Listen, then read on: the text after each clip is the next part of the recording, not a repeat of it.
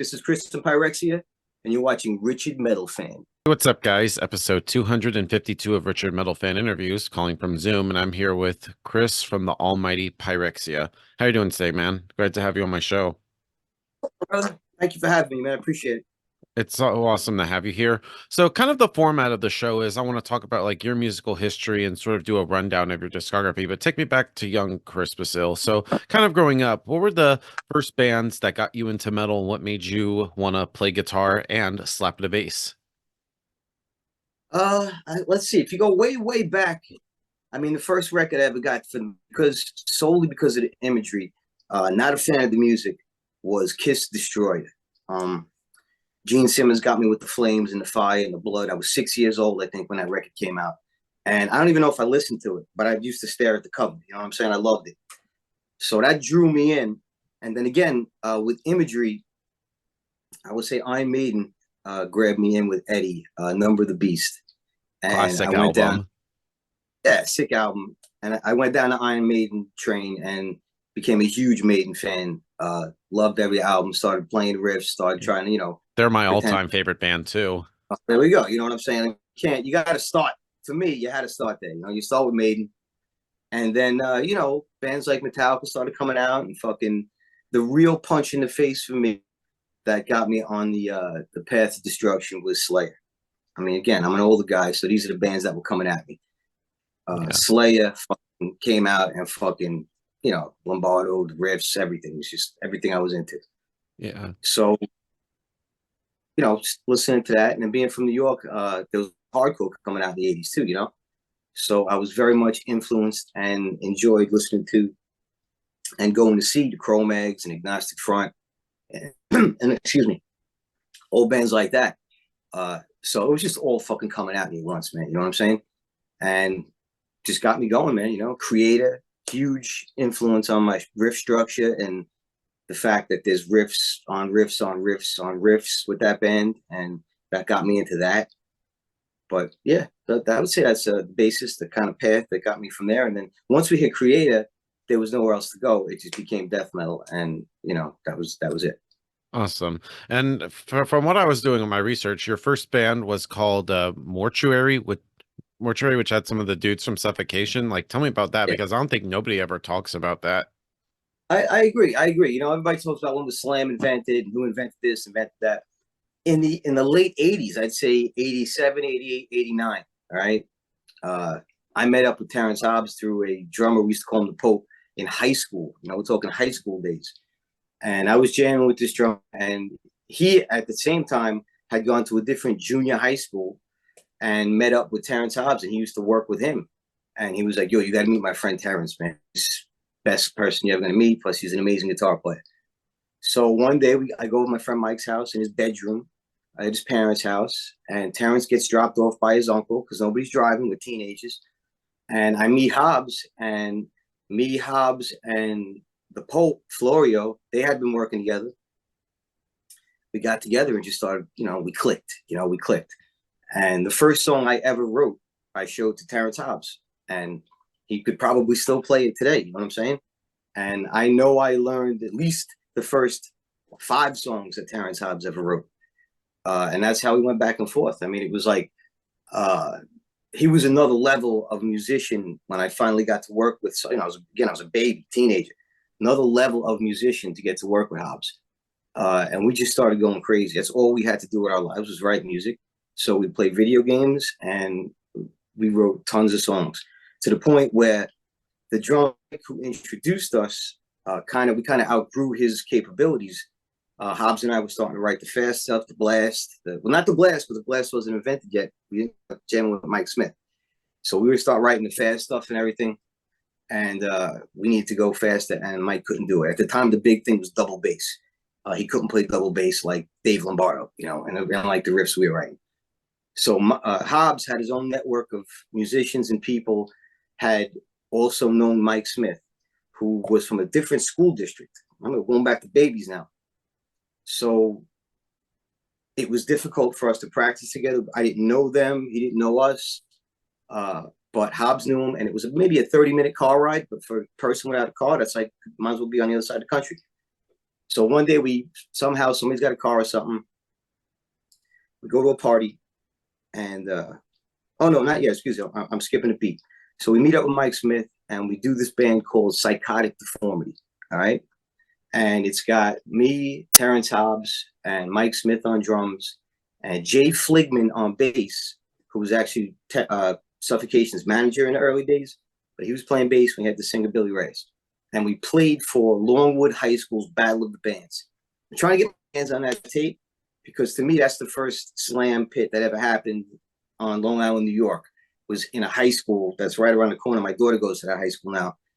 And the principal had to shut us down because the entire place erupted into a slam pit in about 1988. So that was great. You know, we were having a good time doing that and everything. But again, there's no shows played out. There's no anything. We were just totally playing in our basements for each other, writing songs, going back and forth. So we break apart again out to our neighborhoods. And like I said, a half hour might as well be the other side of the country. And Hobbs and I continue to work and write. And Mike meets up with Doug Cerrito and starts writing music with Doug Cerrito.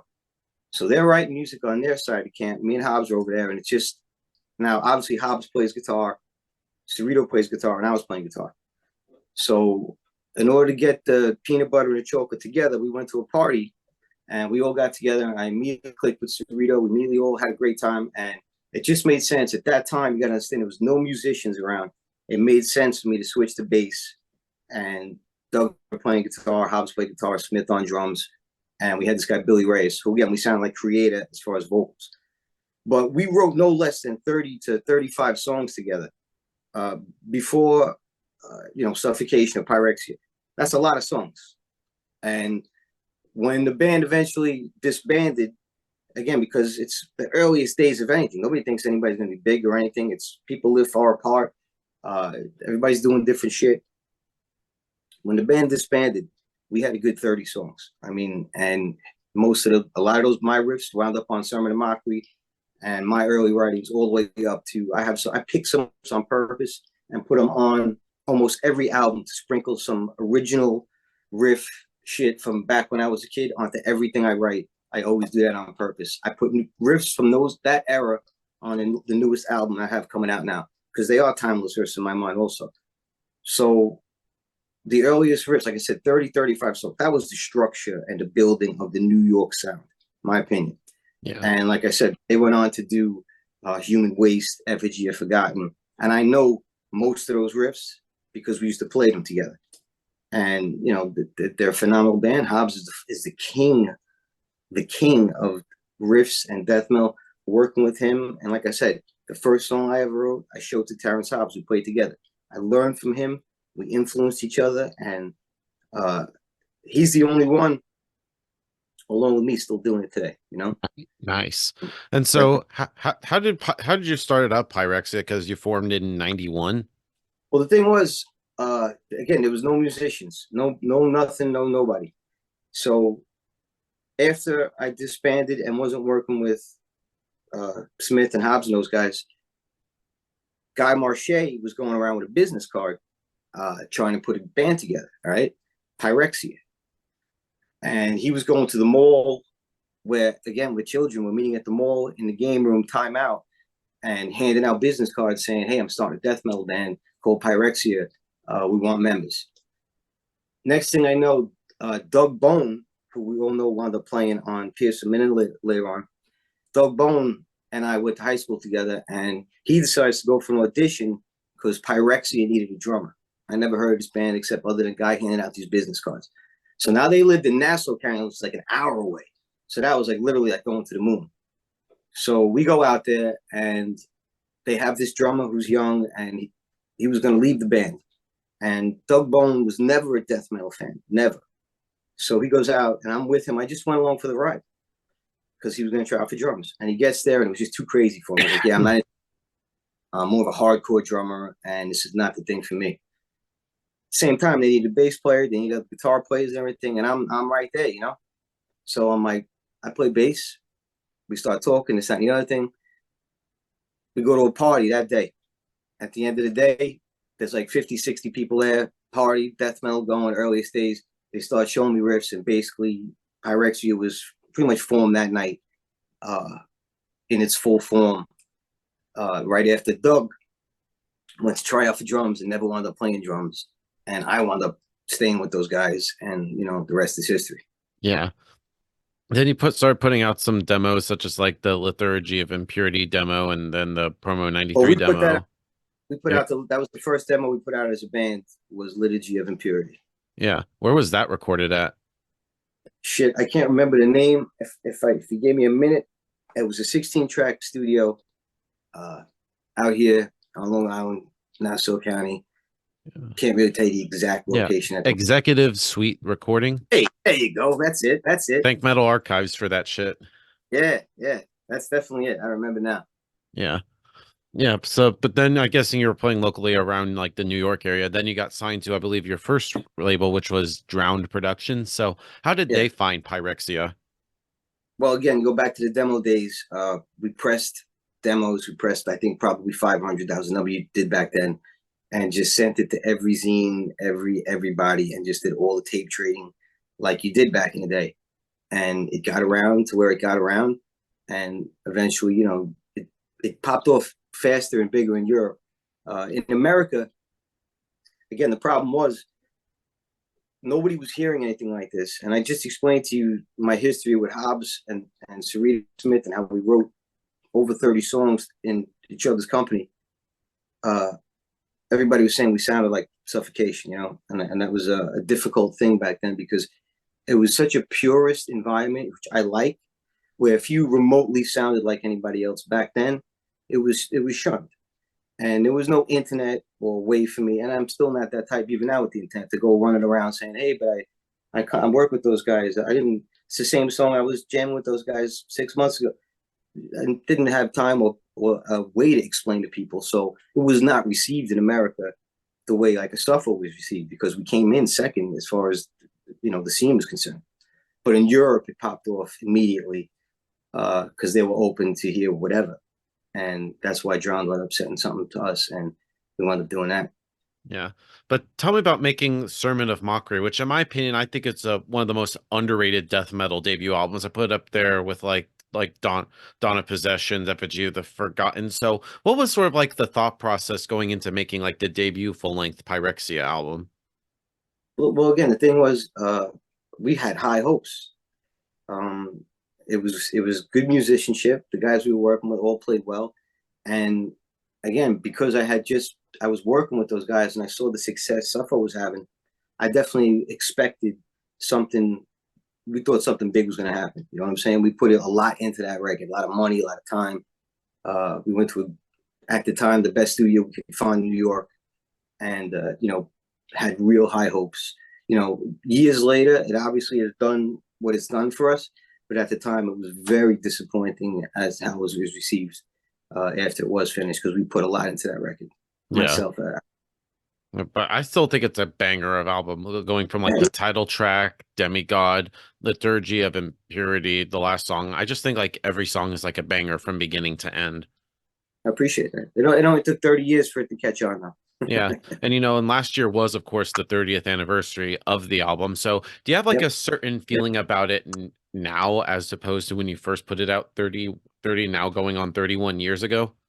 Well, yeah, I do, because when it came out, and again, because it wasn't received like an effigy, it wasn't received like what I expected it to, I hated it, you know what I'm saying, and frowned upon it. And I am a purist, and like nowadays you can, there's whole genres that are built on one Suffocation riff, but once the writing was on the wall to me that people were saying we sounded like Suffo, I made it my mission to write the most unique. That's why I did a lot of experimentation with the next following records to sound like ourselves. It really pushed me to write things that were not easy to come up with, like real inventive, creative ways to slam, rather than doing the same box riff that Hobbs wrote when he was 17 or 15 probably, which is what most people rely on for their slams. It made me start looking at other ways to make people move their bodies around a club than doing that riff. And it was good. And that's really how I looked at Sermon. Like, all right, if people are going to look at this and not appreciate it, that it was created in the same melting pot that they love, then I'm gonna express Pyrexia as a broader uh, musical death metal experiment than what people might be used to. Right. And then when Sermon of Mockery was first released, did you like start touring outside of New York for the first time, or was it still just kind of locally around the New York area? No, Summer of Mockery, that was the first time we took our first trip outside of New York. We were invited by this band Crucifix. And again, it was all through the mail and through, telephone, if anything. And we went and played a week in Texas with this band Crucifix and Torment to Find. And they set up the shows down there. And I swear to you, the friends I made on that tour 30 years ago are still my friends to this day. Like I've seen the guys in both of those bands when we just played the last Texas Death Fest.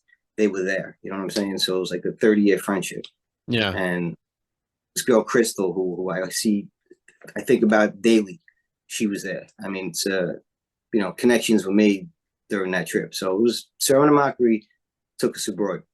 Yeah. Did you even play like at Atlanta back in the day? Because I live like north of Atlanta, like 35 minutes. Did you ever play like the old Masquerade back in the day? I mean, I probably did. I can't remember when I really started. I played the Masquerade a bunch of times. I can't remember when that all started. But I'm Sermon of Mockery was the beginning of it. Yeah. And then, of course, going into the next album, System of the Animal, I thought that was a good follow-up to Sermon of Mockery, because usually with the debut full-length album, you have your entire life to write, and there's a lot of hype with the first album. When it came to making System of the Animal, did you felt pressure to follow up Sermon of Mockery? Well, like I said, it was pressure to not be told I sound like my rap sounds like Terrence or Doug.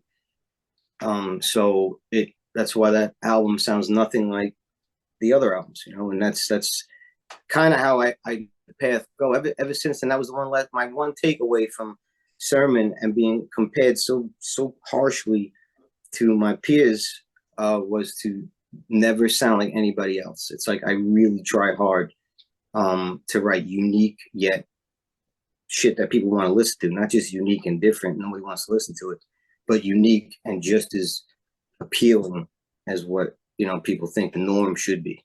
Yeah. And of course, last year you actually did a re-recording of System of the Animal. So what made you guys decide to like re-record the album? Again, money was the issue back then. It was $100 an hour back then to try to record music, and you get $2,500 to do a record. Think about 25 hours. You know what I'm saying? That's the record, mix, master, everything. So what we came up with then was very raw. It's beautiful. You know what I'm saying? Very raw, hardcore feel, done on the spot, many mistakes, but never had, again, what was in my head, the thick production that I always wanted to do. And once we wound up doing the release before Gravitas Maximus at Demigod, and I got a production that I was truly happy with, and I got everything dialed in at the studio down here as far as tracking. I wanted to revisit anything that I feel didn't get the proper production back in the day, or that would benefit from a good production today. And to me, it sounds like a different album. I mean, you get to hear the riffs, you can understand everything that's playing. The energy was there in '97, but I don't think, even when I try to show the drummers, they can't understand the riffs.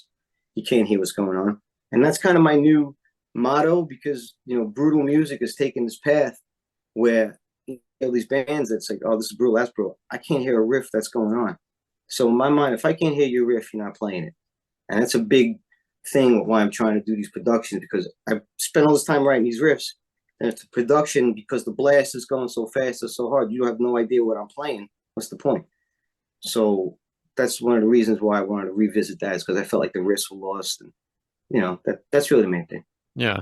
And what is your like opinion on when bands like re-record albums and stuff? Because usually there's always the mix. Like some people like it, some people like, I just prefer the original. I definitely got some of that. You definitely got to be prepared to take some smoke if you re-record anything. Like I'm on the fence right now of doing a double album to put out the original Sermon, because I'll be getting that back from Century Media in 2025.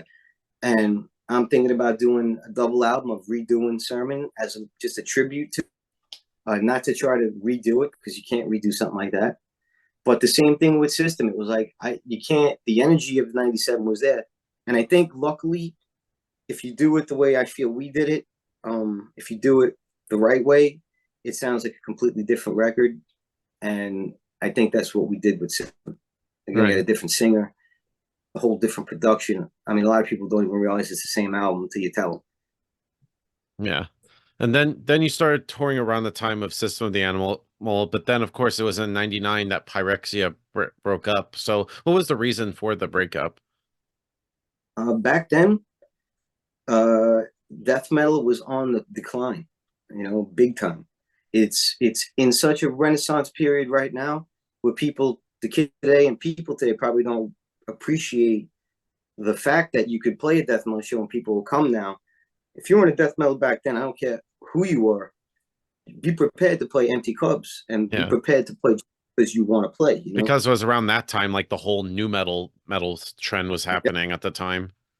Now you got to think about this. Now, when that band stopped, we stopped. Suffocation was dormant, and we wound up hooking up with Trevor from Obituary because Obituary was basically dormant because the success was not. Think about it. Obituary is probably one of the most successful death metal bands today. But back in 2000, 1999, 2000, Obituary was not even sure what they were going to do. That Trevor actually started the side project with us on Metal Blade, and everything was up in the air. And I remember one thing Trevor said that stuck with me, that his father said to him, that is kind of like the bullshit thing that all of us metal guys had to deal with, especially the old ones. His father said, "When are you going to stop this death metal thing? When are you going to?" Saying this to Trevor, one of the greatest originators of the craft. When you stop this death metal thing? And he said to his father, he goes, "Well, why don't people ask BB King when he's going to stop?" Or like the old blue, like I'm never going to stop. Why is there a stopping time? Like Chuck Berry, I saw Chuck Berry play when he was like fucking 78 years old. You know what I'm saying? Willie Nelson's 90. I mean, the only thing they ask is health. You know what I'm saying? Not like because your music's not valid. And that's the one thing all of us old guys, the old original cast of death metal, especially underground death metal, the not so successful death metal, had to endure was that is a stigma. I got kicked out of my house over this band. I mean, they think you're crazy. What are you doing? It sounds. This is when this was brand new. Yeah. So you have to overcome that. When nowadays it's pretty much you could point to 20 bands that are successful and say, "Ma, look, this. Back then, Barry Manilow was the only thing going. Iron Maiden was, like we spoke. That was about as it's hard to really to explain to people. Screaming death metal like that was art and good. Yeah. But tell me about making the cleansing by Catastrophic with you and Trevor from Obituary. So how different of a mind frame was it with Catastrophic compared to with Pyrexia? Bless, just lucky to work with Trevor. I mean, I got to do like a semi-obituary album. I mean, those songs, I wrote a couple of songs. You could tell which songs I wrote on the fast ones. But his songs are the classic, beautiful obituary songs. I mean, I got to play his Fender fucking guitar on some of them tracks. It's like it was an amazing, amazing experience. Yeah. But it was also in that same year in 2001, Pyrexia got back together. So what made you guys decide to come back? Obituary was never going to break up forever. Obituary is still number one. So Trevor, that was his focus. You know what I'm saying? He basically did the one album with Catastrophic and pretty much went back with Obituary where he belonged. Yeah. So that's pretty much. And I think I always belong with Pyrex. It was just a great opportunity. You would never say no to working with Trevor from Obituary. Totally. And so what was like the first shows back with Pyrexia when you all got back together? Were you kind of like nervous, like getting back on stage with the band? Not nervous because it's not the band. See, that's a lot of people don't understand. Some people don't like this. See, again, death metal is not it's death metal. There's no money. Now there's a little bit of money at our end of the game because we put so much time in. At the higher end of things, much probably better money, but you're gonna go broke following this path. All right, that's especially back then. So going through members is a common theme in any death metal band or songwriter that wants to keep his project going. Or any band in general. Any band in general. Now I've written every song since '95, so it's not like actually since probably '93 because yeah, since 1993 I've written every song. It's not like the songwriting changed. It's not like anything changes. So when we came back together in 2001, it was a completely new lineup, four new guys and me. You know what I'm saying? So it wasn't like was I nervous getting back with the band. There was no band. I had to rebuild it from zero. Yeah, and how was like the sort of like the chemistry with like the new members compared to like the original members? It was good at first, but it's tough. It's tough keeping a band together. It's tough having people see your vision when you're not handing them a paycheck. It's tough to ask people to sleep on floors and come to practices far away because they lived in Jersey, Delaware, come to practice from far away states when there's no payday, and that's how it was in 2001. Yeah. So it causes people to back off because of their careers, because of their families, because of this, because of that, and I don't fault anybody for it. That's the path. That's life. Yeah. So you know, it just that lineup did not stay together. Long at all. Yeah. Not long at all. That was probably one of the quickest lineups. Yeah.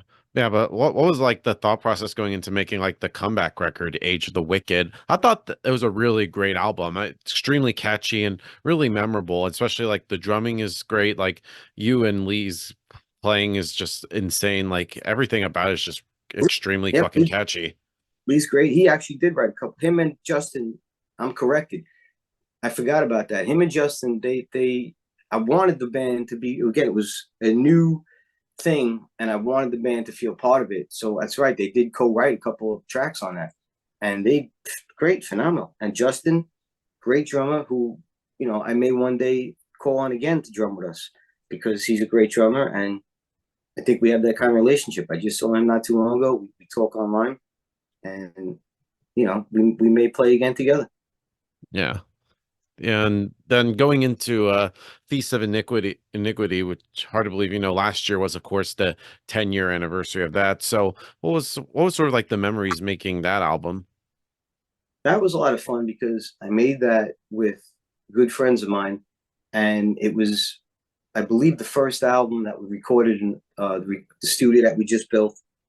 And I had two drummers on that record, which were two very good friends of mine. Dave Colrus, who's to me still the best drummer in death metal, and Doug Bone, who, again, I told you a story of how I went with him to try out for Pyrexia. We went to high school together in math class since I'm 15 with him. He was on Pearson within, just a very close friend. Every time we go to Texas, I see him because that's where he moved. So we had a lot of fun. And, it was a 2, 3, 4 night a week process where getting together with my friends, smoking, drinking, eating, writing, recording. Sean Kennedy came into the band, who's my closest friend these days. And he's been in the band, would you say last year was he's been in the band 12 years now. You know what I'm saying? Going on 13. So he came into the band. So that was a very big, fun time. And that was our first European tour of the era. We've been to Europe and played festivals. That was our first European tour, that era. So that was a lot of fun. Yeah, and I just think that album's great, and even like the artwork is fucking metal. Metal. Who did like the artwork? I just think it's badass. Toshi did that. He did the same person that did, excuse me, Age of the Wicked, did that one too. He's from Japan. I wish him well. He had some trouble with his heart, but I know he's still out there doing great artwork. Nice. And then Unholy Requiem is up next, the previous album. Well, I thought that was a great album. Tell me about that. All right. I got some very interesting things to tell you about that because that's really what I'm working on right now. And what I just finished working on. Oh, really? That's one of the biggest examples of the production not suiting the material. I love taking on a challenge of doing everything myself, and we have an insane recording studio. I mean, you can't really see it here, but it's like we built out a really great place, rooms everywhere, soundproof booths, you name it. All right. Yeah, it does. I was Great, kind of thinking, that does look like a studio that you're in. we do great recording down here, but I tried everything myself with Unholy, including the mastering. And mastering is a completely different art form, a completely different science that I never should have tried to do. To be honest, if I was rebuilding a studio, I would build a mastering studio because that's where the magic is. That's where the production actually really comes from, is the mastering. And I learned that the hard way um, with Unholy Requiem. So Yeah. that being said, we just I just re-recorded Unholy Requiem, and we just had it remastered at Demigod, and it's the most heaviest album we've ever done in our lives. Wow. An And we're exclusive. You about, heard it here, folks. you're hearing it first. It's about to be released. Yeah. I got the masters back maybe 2 weeks ago, and like I said, it's beyond gravitas maximus. Again, it goes to my new slogan is if I can't hear your riffs, you're not playing them. You hear every fucking riff, but you don't hear them. You feel them like sledgehammers. But it's just necessary to me to get the music across. So I'm so excited. That's like our new launch. That's like what we're working on. New videos for, new everything, playthroughs for the new Unholy Requiem. And that's coming out this year, and I think it's going to be our best release to date. I'm looking forward to that. And tell me about like the latest album, Gravitas Maximus. So, well, what was sort of like the writing and recording process like for that album?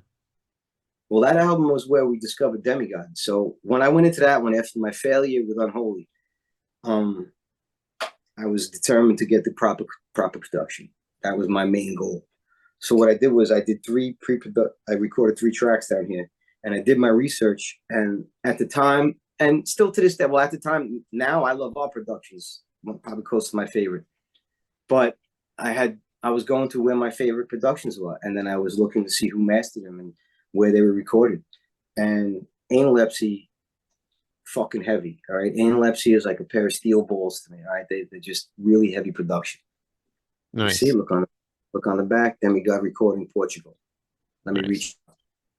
So went back and forth with Miguel. He's a great guy.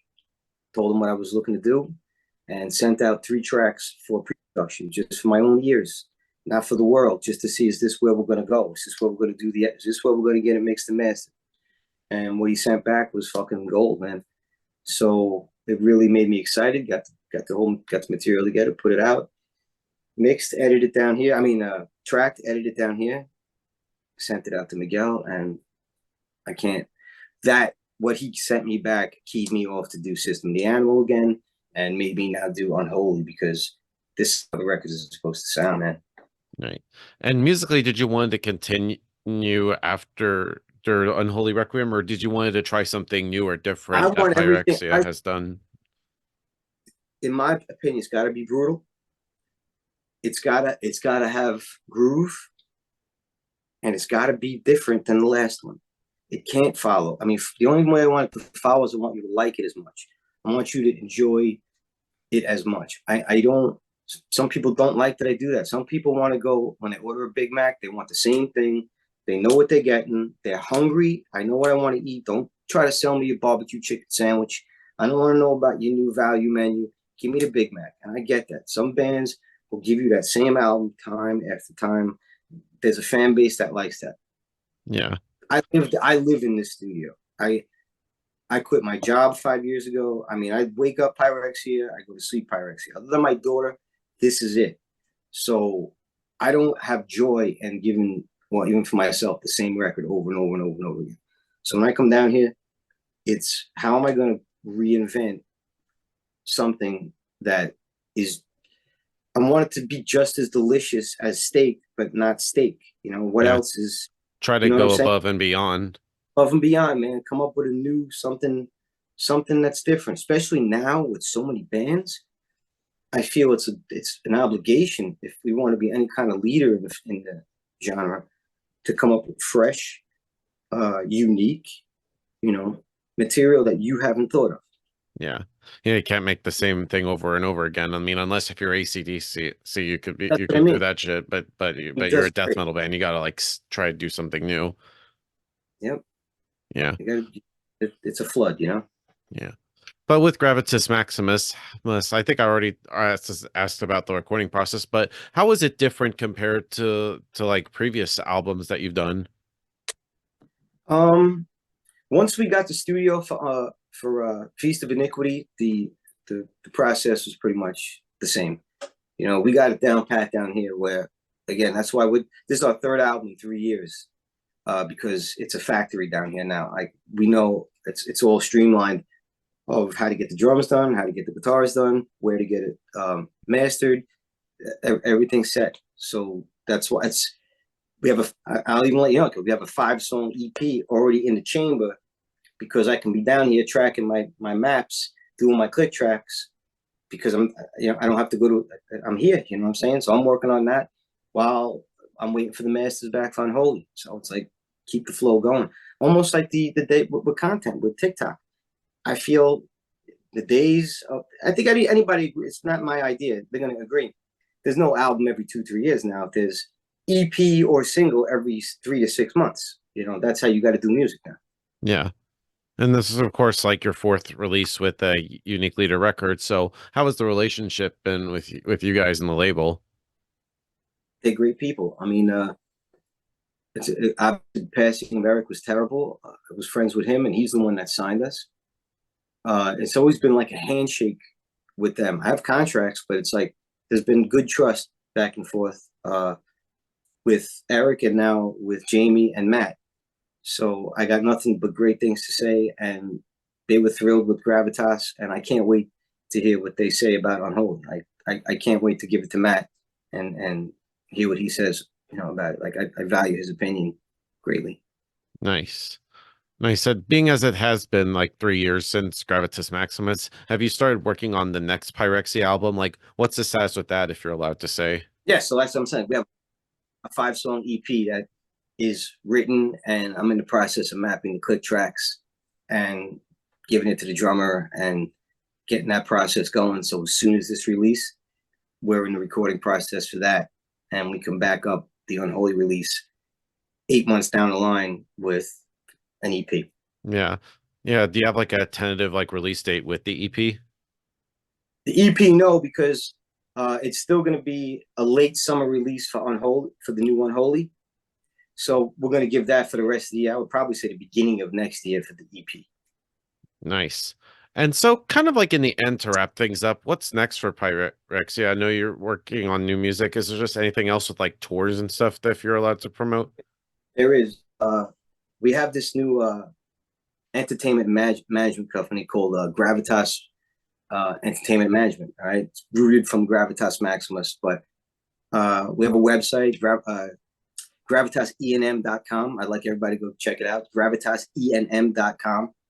And what we do is we offer all bands recording, video content, social media content, EPKs, booking, touring, promoting, publishing, and we're doing all kinds of networking and touring with everybody. So we've launched like this new production company, like I said, where we're doing from ground up.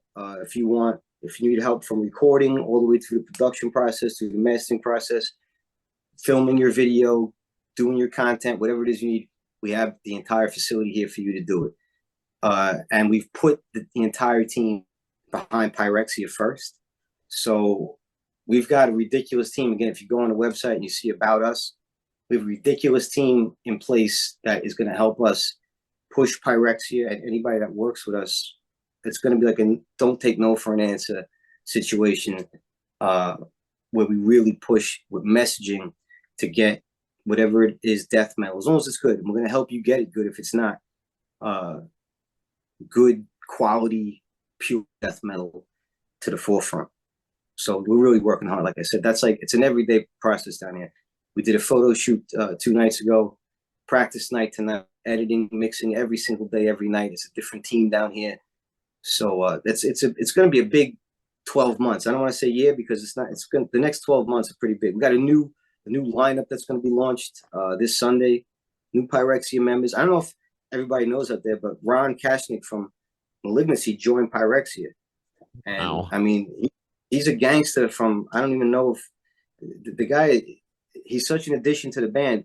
You know, ex-Mortician, ex-Demolition Hammer, founder of Malignancy. He's a full member now, man. He's down here twice a week, beautiful brand new guitars. Just did leads on this new release I'm telling you about, and he's touring with us. Like I said, we got the new lineup that's coming out this Sunday. You guys are going to see it, and he's part of it. It's just a real good time for Pyrexia. We really got it dialed in. So we're really about to, just bring the product and go out there and have fun, because that's the main thing. We love touring. We love being with fans. We're I don't know if we're headlining, but we're playing the Mexican Death Fest in June. That's coming up. Excuse me, not the Mexican, the Colombian Death Fest in June. That's going to be in Colombia, June 6th, 7th, and 8th. And then we are playing in Mexico, playing a Mexican Death Fest this October.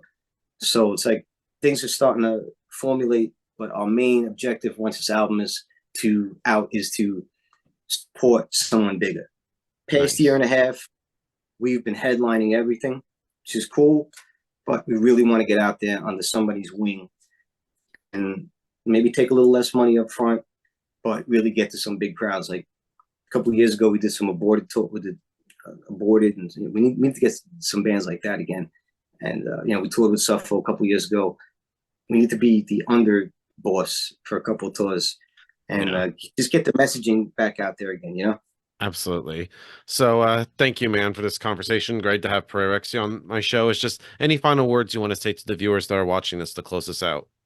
I just want to say thank you to you, man, for taking the time to talk, man. Thank you to everybody for staying with me and the band for this amount of years. And just stay tuned, man.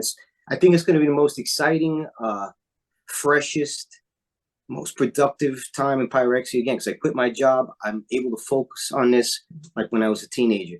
So just stay frosty, stay on the lookout, and thank you. Awesome. So everybody, Chris from Pyrexia. See you next time.